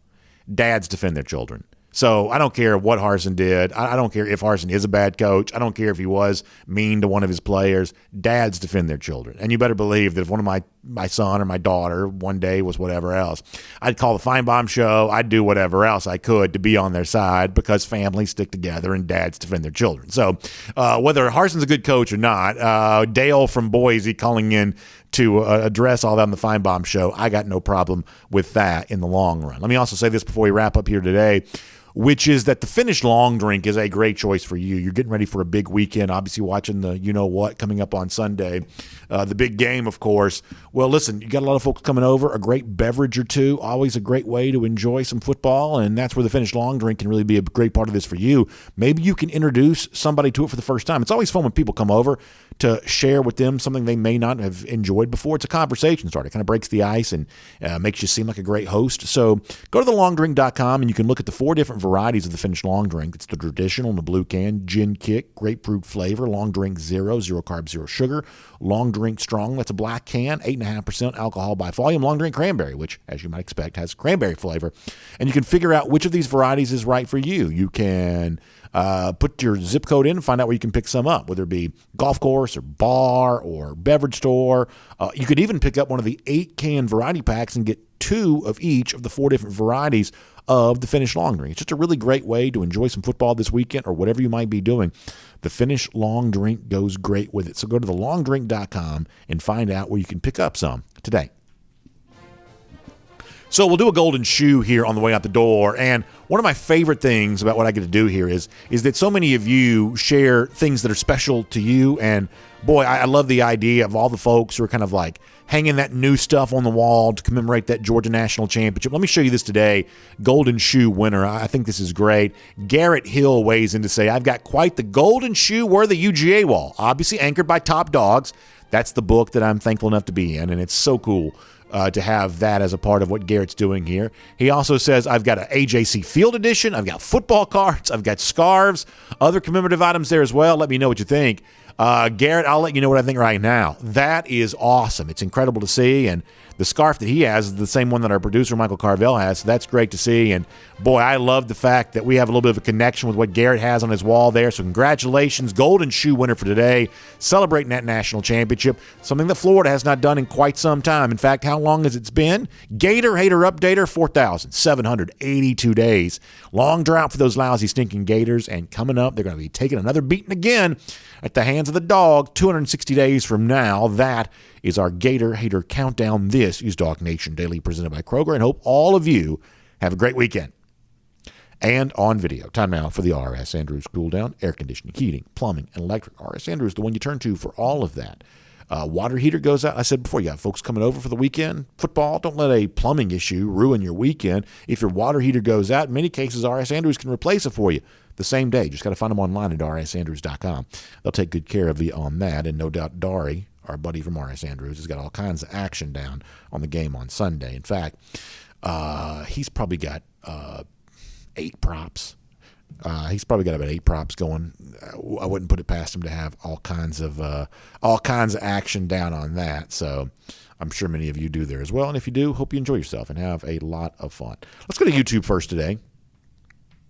We'll do Facebook. We'll do DawgNation.com, and then we'll bounce. Let's see what else. G. Grace Bama Boy says, I'm on Harsin's side. Auburn screwed this up in a major way. So I kind of agree with G. Grace on this, at least from the standpoint of it's not Harsin's fault he's not better. And I think that one of the things that, like, the thing that makes you a good coach, I believe, is your capacity to process more than one thing at a time. That's really the thing that, like, for those of you that have young kids, are you ever like trying to make a left turn into like heavy traffic, and right as you're doing that, your kids are also asking about 1,000 questions? Like, that's capacity. It's the ability to think about driving while also processing what your kids are saying without getting totally overwhelmed by the whole thing. And maybe sometimes I'm like, hey, can y'all hold on just one second? I'm trying to make this turn here. You just don't quite have the capacity to handle too many things at once. But capacity is really one of the underrated skills in life. That successful people have very high capacity. It's not just the willingness to work hard. A lot of people have that. It's the willingness to process, the ability to process multiple things at once, to synthesize all of that into kind of a sensible plan. That's really what being a coach is. And I would suggest that for someone like Harsin, who seems to be abrasive, who seems to have a hard time keeping players, keeping coaches, that really what's threatened here is his capacity to handle all that goes on with the job. And listen, if you're at a place like Boise, there's just a lot less capacity required. You just don't have to. You're just not responsible for quite as much stuff. Yes, it's a football program, and yes, you're trying to win games. But in the SEC, there is so much more to the job than just X's and O's and Jimmy's and Joe's. There's a certain persona that you have to project, and if you don't have the capacity, then you're not going to have enough energy left over to look the way that an SEC coach is supposed to look, to behave the way that an SEC coach is supposed to look. And that seems to me what's going on here, is that Harsin is just deficient in his capacity. So he can't help that. That's what he is. But Auburn's got a responsibility to identify that on the front end. I mean, listen, anybody who's ever run a business will tell you that it's better not to hire someone than it is to hire the wrong person. That you know, in business, when you're doing that if you've got the wrong employee, you got to fire them quickly. And when you want to make sure you have the right employee, you have to hire them very slowly. Now, in football, we don't really have the opportunity to hire someone slowly because there's always a cycle that keeps spinning. But you do have to be careful about who you bring into your organization. You have to do, not just due diligence. You've got to do ultra due diligence because, making a wrong hire is a real big setback. And there are some things that ought to be noticed and recognized on the front end. And I don't know in this particular case, Auburn's done as well enough as it can with that. And as far as what about meddling boosters and things like that? Honestly, the issue in my mind is not so much the fact that boosters in this case may have wanted to meddle, although I do think keeping meddling boosters at bay is probably a wise act as much as you possibly can. But the problem is that Auburn has given would-be meddling boosters too much fodder. They've created a scenario where guys who told you that Brian Harsin wasn't going to be very good now get to say, see, I told you so. Now, if they got their way and Kevin Steele was Auburn head coach, frankly, I'm not likely to believe that the situation would be any better, because that's what we've heard the rumors of, is that there are boosters that would have preferred Kevin Steele be head coach. Do you think Auburn's better off today if Miami's defensive coordinator is Auburn's head coach? I don't know that I necessarily feel that way. But for the Auburn boosters who want to say, see, I told you so, they now have some fodder to be able to do that. Let's see what else. Jonathan Aaron says, I truly feel that we at Georgia will be in the running for many years to come for the national championship.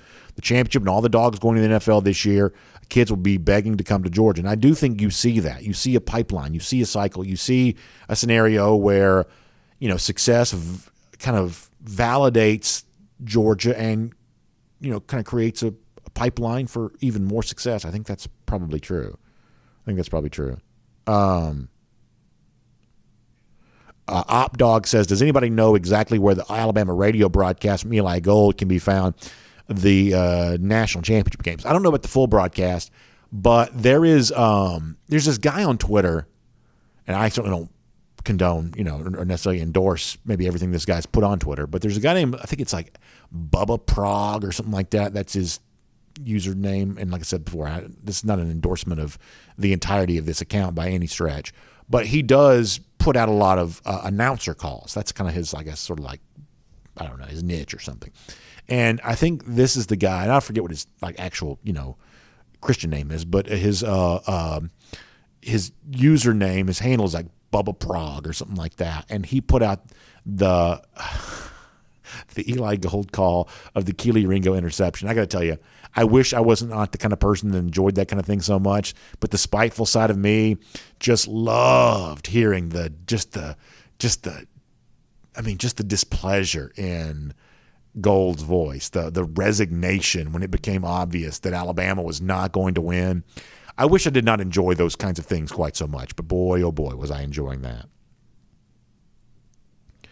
Let's see what else. Ooh, Mitch Davis says that he wants Joe Burrow to win the Super Bowl. Yeah, I can't go with you there on that. I mean, I like Burrow, but I can't really go with you there on that. I'm rooting for Stafford pretty good on Sunday, I think.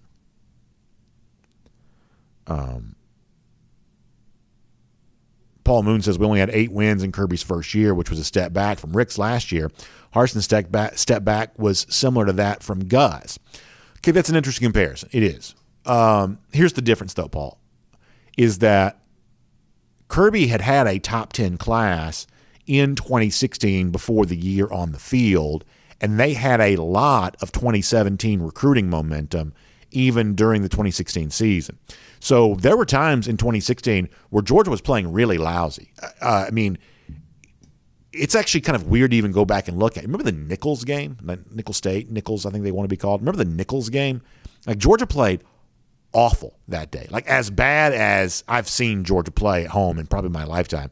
They played awful versus Nichols that day. And there were some people, it's certainly fair to say, there were some people asking some questions about, wait, are we sure Georgia made the right decision here? Let Mark Richt go. He's winning games at Miami. Kirby Smart's struggling to beat Nichols here at home. There was definitely some chatter related to, well, are we sure that, I mean, and some of this was like trolling, concern trolling type stuff, but there was definitely some chatter related to, oh boy, did Georgia make the right decision when it comes to Kirby Smart? That existed. But what Smart had going for him that I don't believe that Harsin necessarily does is he had a top 10 class in 2016. He had a win against a top 10 team in the 2016 season. They beat Auburn at home as a double-digit underdog. Now you can say, well, Auburn this year beat LSU on the road, and you know that's the first time it happened since 1999. Even if this LSU team wasn't all that good. Another thing that Georgia clearly had was and there was plenty of rumblings about this. They had momentum for an elite class in 2017.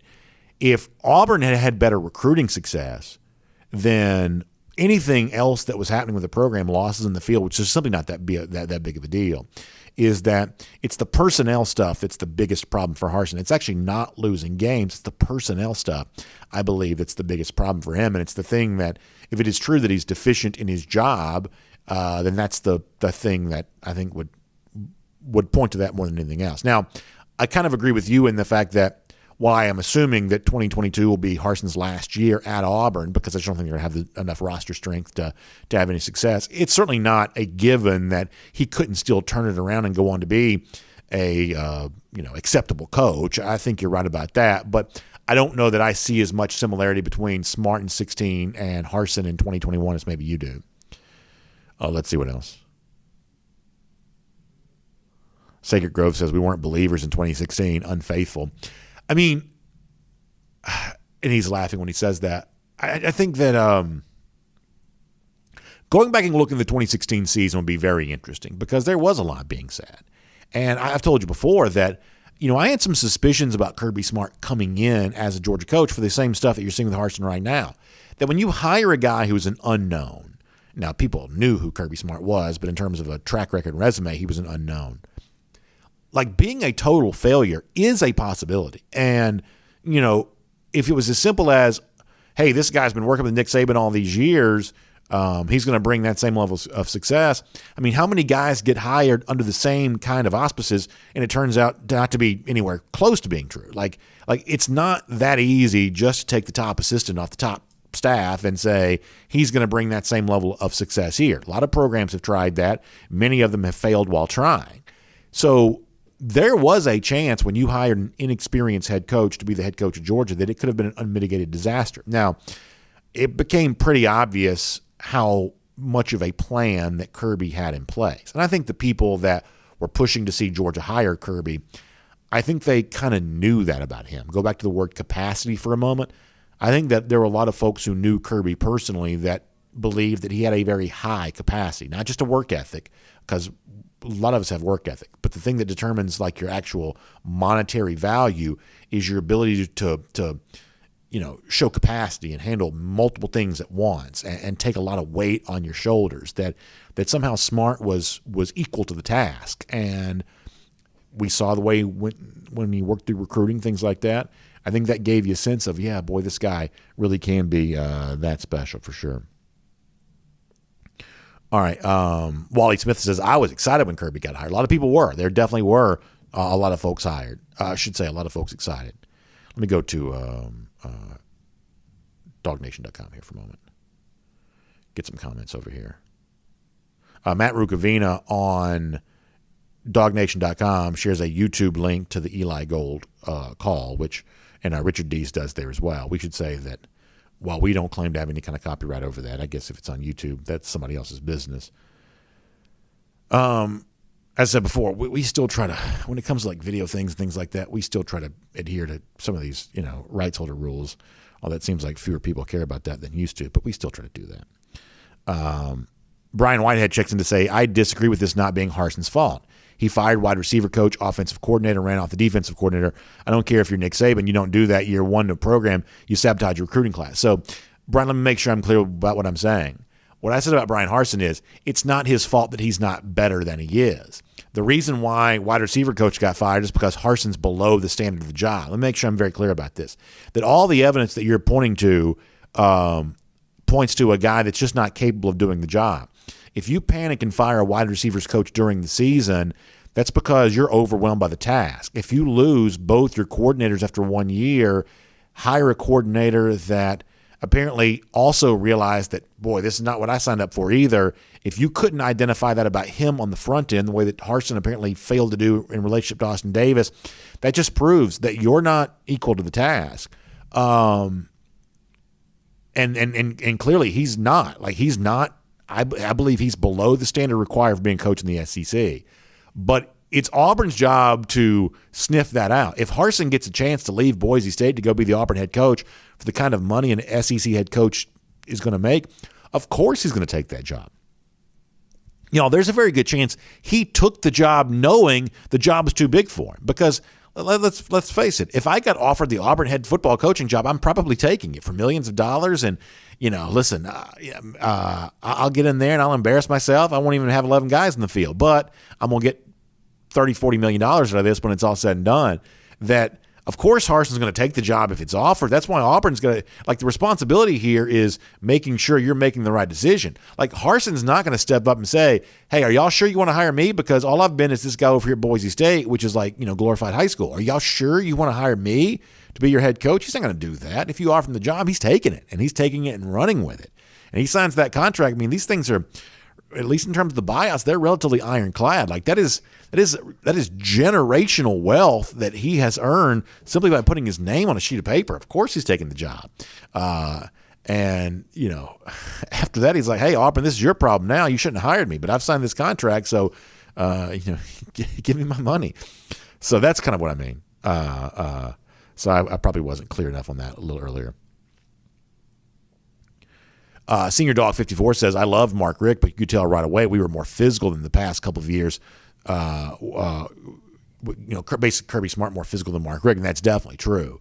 Definitely true. And I do think that Smart put an emphasis on lines of scrimmage that probably didn't exist prior to him being here. I think that's true.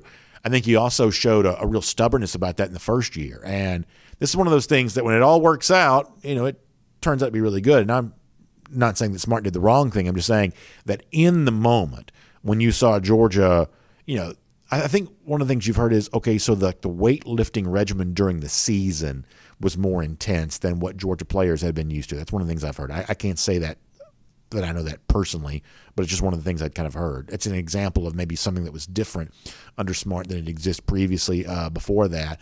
And apparently that took a lot out of the players. There was a level of fatigue here. Georgia goes through a stretch where it loses the heartbreaker against Tennessee, loses to Vanderbilt. I mean, just say that out loud. Loses to Florida because people remember the Photon Battle game in 2015. They remember the dominant win in 2017. But Kirby also lost his first game to Florida there as well in 2016 to Jim McElwain.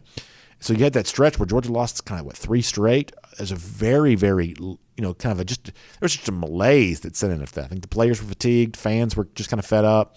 They were ready to just kind of punt on the rest of the season. So I think it would be very interesting now, knowing how successful that Georgia's turned out to be, to kind of go back and relive some of that, because there was a period there, October and November, where Georgia fans were just kind of they weren't sure what to think. I guess that's probably the best way to say it. Georgia and Olive says, go Rams on the Super Bowl. Cincinnati may have an advantage, though. It is, after all, the year of the Tiger. Yeah, I guess that is the case, right? And so you got Joe Burrow, the former LSU Tiger, the Bengals, obviously a Tiger mascot in the NFL. So maybe they do have that going for them. Is it the year of the Tiger? Is that what it is? The Chinese New Year thing? Maybe that's the case. Jamie Scott also brings up a good point. I didn't mention this, but it is true. He says Harsin couldn't find his car. We showed you that video. He says Jimbo's ego needed an Audi. I guess that's what he had. But Kirby Smart showed up in a minivan. Now, I felt so good about this because when we went to Indianapolis, we drove to Indianapolis. It was Connor and Jeff and me. And a lot of you know this if you travel for business. Rental cars have gotten so expensive. So expensive. It's crazy how expensive rental cars have gotten. And so when you have three guys, we have a lot of camera equipment, things like that. We would historically rent an SUV just because you need the extra trunk space for like cameras and luggage and, three guys on a trip like that, you take a lot of stuff with you. So, I mean, it's gotten to the point now where it's just hard to rent an SUV. You might as well just buy one. They're so expensive. So we rented a minivan, and I drove a minivan to Indianapolis. And listen, no disrespect to minivans, but that's not probably the vehicle I would prefer to drive if I had my choice. But nonetheless, just kind of rolling up the road through Nashville and Louisville into Indianapolis in that minivan, hoping we won't run into kind of ice or anything like that, because there's no telling how that the thing basically handled like a mail truck. Like there's no telling how that thing was going to deal with it. It saw like a bunch of icy roads or anything like that. So, in addition to probably not what I would prefer, ego takes a little bit of a bruise from all of that. Seeing Kirby show up, and Jamie's seen the video, maybe some of you have there as well. Seeing Kirby show up in the minivan actually made me feel a little bit better about my own life choices. Heather Capallo says, correction, it's the year of the dogs. So maybe that puts the balance in favor of Matthew Stafford on all of that. Brian Whitehead also brings up a good point that all the hires recently, it's actually Tennessee who seems to have made the best choice. Didn't expect it, but Josh Heupel has changed the culture there. Yeah, and remember, Heupel was hired late January. That's not too far off the calendar from where we are right now. So, the notion that it would have been impossible for Auburn to get a new coach in place, Tennessee a year ago would suggest that's true, but not true. But clearly Heupel, and I would also put Shane Beamer in South Carolina as guys who have had way better first years by a long stretch than what Brian Harsin has had. Let me go to Facebook for a moment, and then we'll get you started on your weekend. So here's Pete the Mail. Also Chris Lowe saying that Auburn officials are expected to announce today they are keeping Coach Brian Harsin. Yeah, and the fact that you even have to announce that, this is where you have a PR misstep. Like, Georgia's not holding a press conference this week to say, hey, we're keeping Kirby Smart. You don't have to hold a press conference to announce you're keeping a coach, typically speaking. You don't have to do that. The fact that Auburn's having to make this announcement, I would suggest, demonstrates a PR mishandling here. You could have very easily come up with a situation where the rumor mill says Brian Harsin may be in trouble with his job, but listen, we don't know where any of that's coming from. That Auburn could have positioned itself above the rumor mill on this and just failed to do that. Even if privately they were turning over some tea leaves and trying to find if there was, something going on here, they could have done something to keep this private so that they're not having to hold a press conference now, if that's indeed what's going to be the case, holding a press conference to say, we're keeping our coach. You don't have a lot of, hey, we're keeping our coach press conferences. If you're having one of those, that to me would be an indication that administration has failed somewhere, especially in the messaging standpoint. All right, let's do a few Facebook comments, and then we're out of here after that. Hope everybody's doing well today. On Facebook, let's see. Keith Fold says, let's do a national championship updater. That's a good idea. Robert A. Smith says, managed to have a couple Classic City lagers here in Savannah. Pretty good cold beer. Good to hear that. Boy, Savannah, great place to enjoy some of that, too. That's awesome to hear. Good for you on that. Really good. Oh, Philip Jordan Wells. Philip, of course, one of our longtime Facebook leaders, mentioning one of our longtime YouTube guys, Dennis Wilson. You remember him, Miami guy? He'd be on the show a lot. I haven't seen Dennis in a while. I'm guessing, Miami's going to be preseason top 10, I think. Of course, they were preseason top 10 a year ago, too, and got dragged. But we may hear some more from Dennis eventually here. Randy Hall asked a really good question. How many UGA guys are in the Pro Football Hall of Fame? Now, I have to admit, I don't know the answer to this, but I was wondering this myself. Let's see if this can be easily found. How many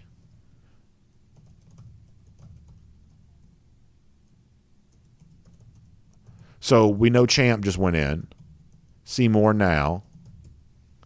That is a really good question. Fran Tarkenton, of course, who I believe until Stafford on Sunday was the last former Bulldog to start a Super Bowl at quarterback, I believe, in that case. All right, here we go. Pro Football Hall of Fame. Hall of Famers by college. Let us see here. So for Georgia,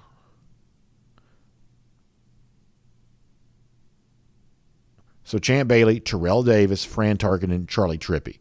So those, and Richard Seymour becomes the fifth. And, you know, folks will remember that Trippi, Chicago Cardinals, #1 overall pick, very big deal when he left Georgia to go to the NFL.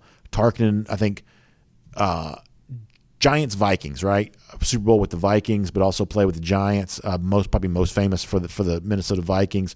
Terrell Davis, of course, big performer at running back for the Denver Broncos. Champ Bailey. So that's 4 there for the Dogs.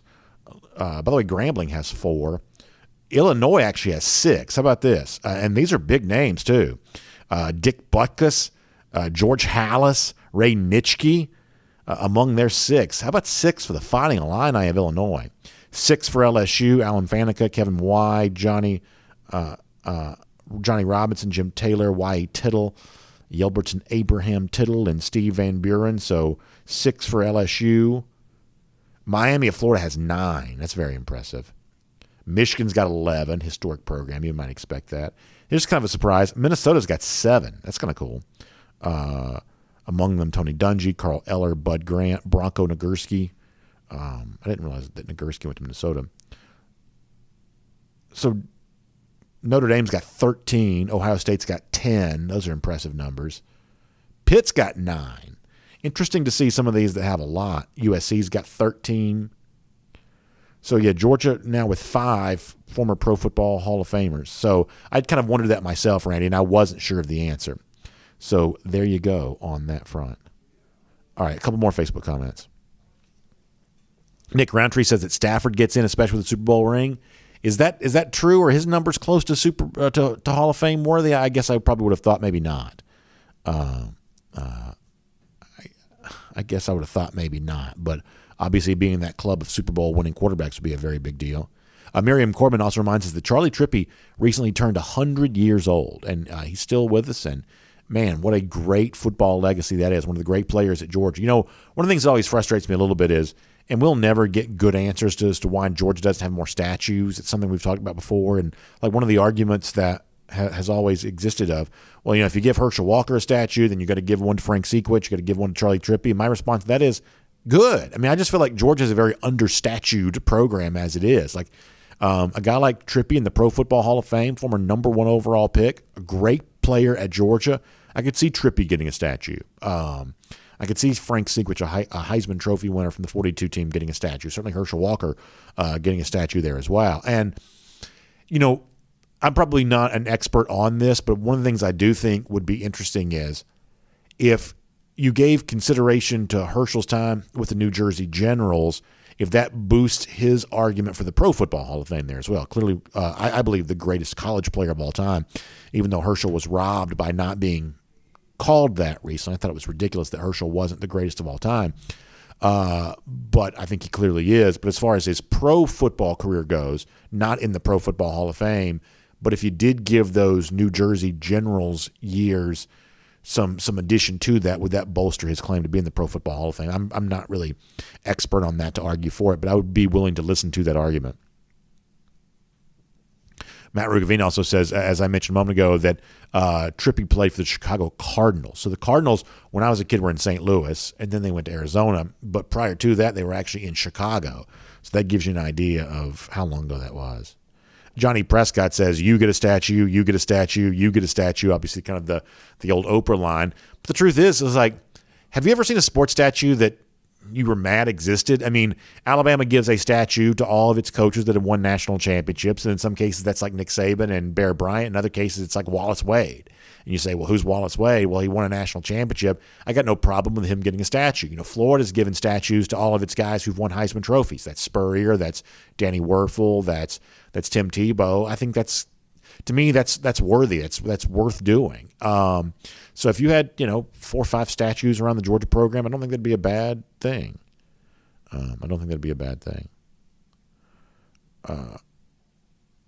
Oh, how about this? Keith Finney predicts a future Heisman Trophy for Branson Robinson. That's awesome. Miriam Corbin says, what about Vince Dooley and Larry Munson? Yeah. So Dooley's got the statue. It's kind of far removed from, unfortunately, the stadium, which you'd like to see something done about it. I think it's a great statue, kind of the indelible image, I believe, of Coach Dooley being carried off the field by players on their shoulders. And for some reason, that was like a big thing during that time. Like, it's been a long time, I think, since we've seen a coach carried off the field. But back in the 80s, coaches were being carried off the field all the time. And so I like that statue because it kind of honors that version of Coach Dooley. And while Munson does not have a statue, and I'd certainly love to have him, there is kind of a nice mural of him in the press box at Sanford Stadium. There's a very nice plaque on the outside of the press box, and only media people, I guess, get to see it. But he is well remembered within that press box. But if you certainly made way for a Larry Munson statue, I'd be all about that there as well. Y'all know how I feel about Larry.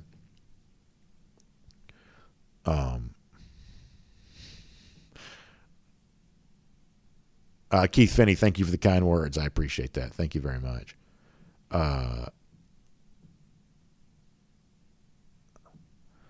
Let's see what else. Anything else?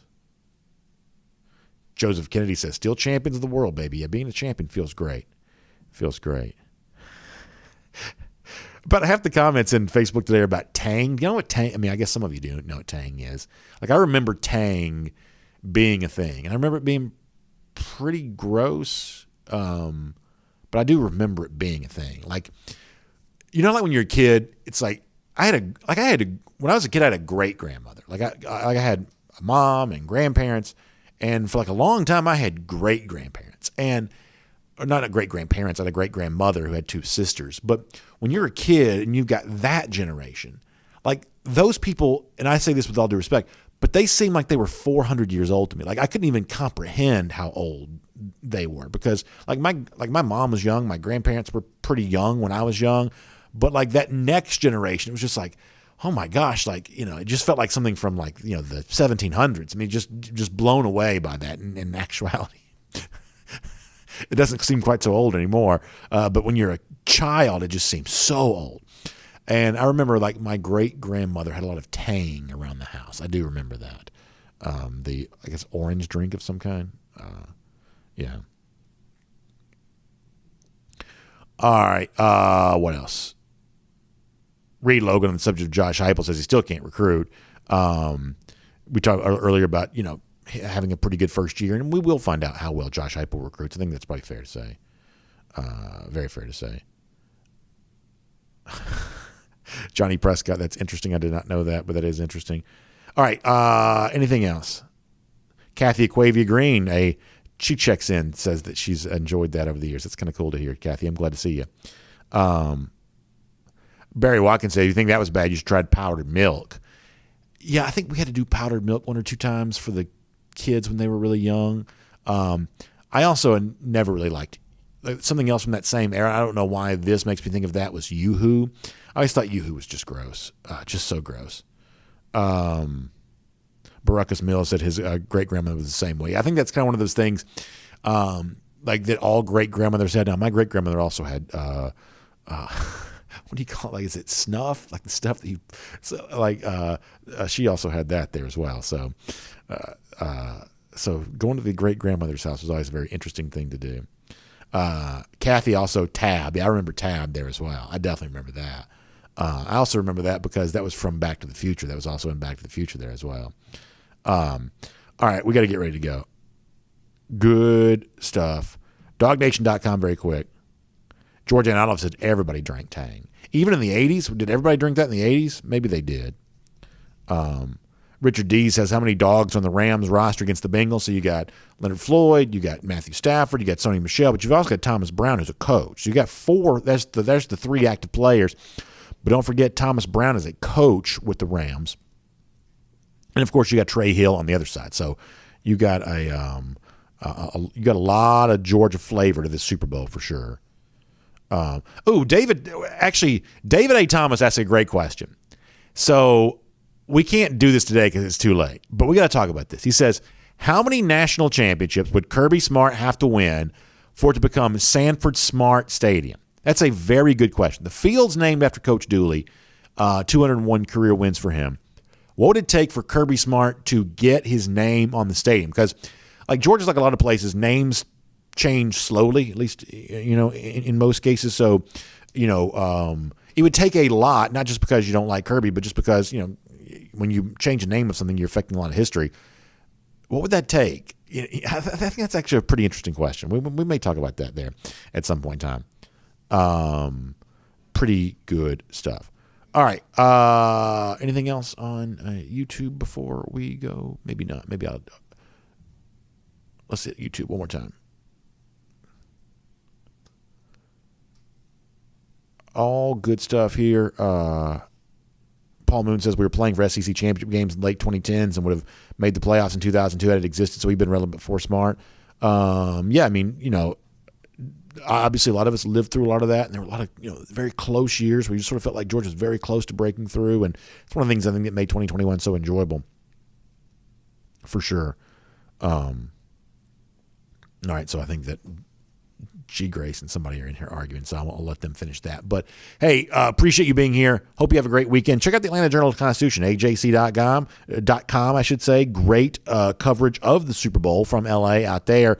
Our buddy D. Orlando Ledbetter is on the scene. Always good to get his thoughts on that. Had a great interview with Arthur Blank looking at the future of the Falcons and kind of how that organization turns its stuff around. So that's interesting from D. Led there.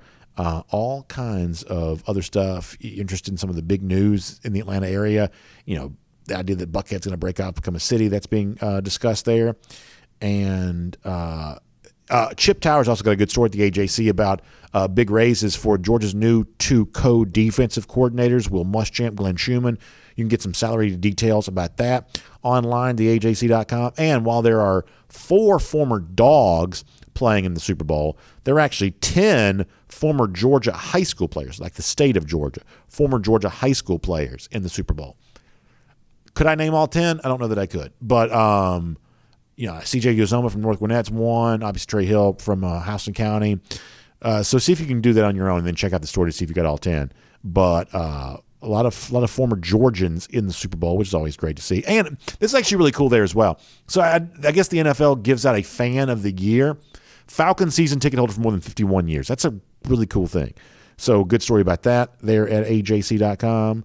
Atlanta Journal-Constitution online, ajc.com. Also plenty of great preview of all kinds of fun stuff coming up for Valentine's Day. Check that out too. Atlanta Journal-Constitution, Atlanta Journal-Constitution, ajc.com. Check that out today.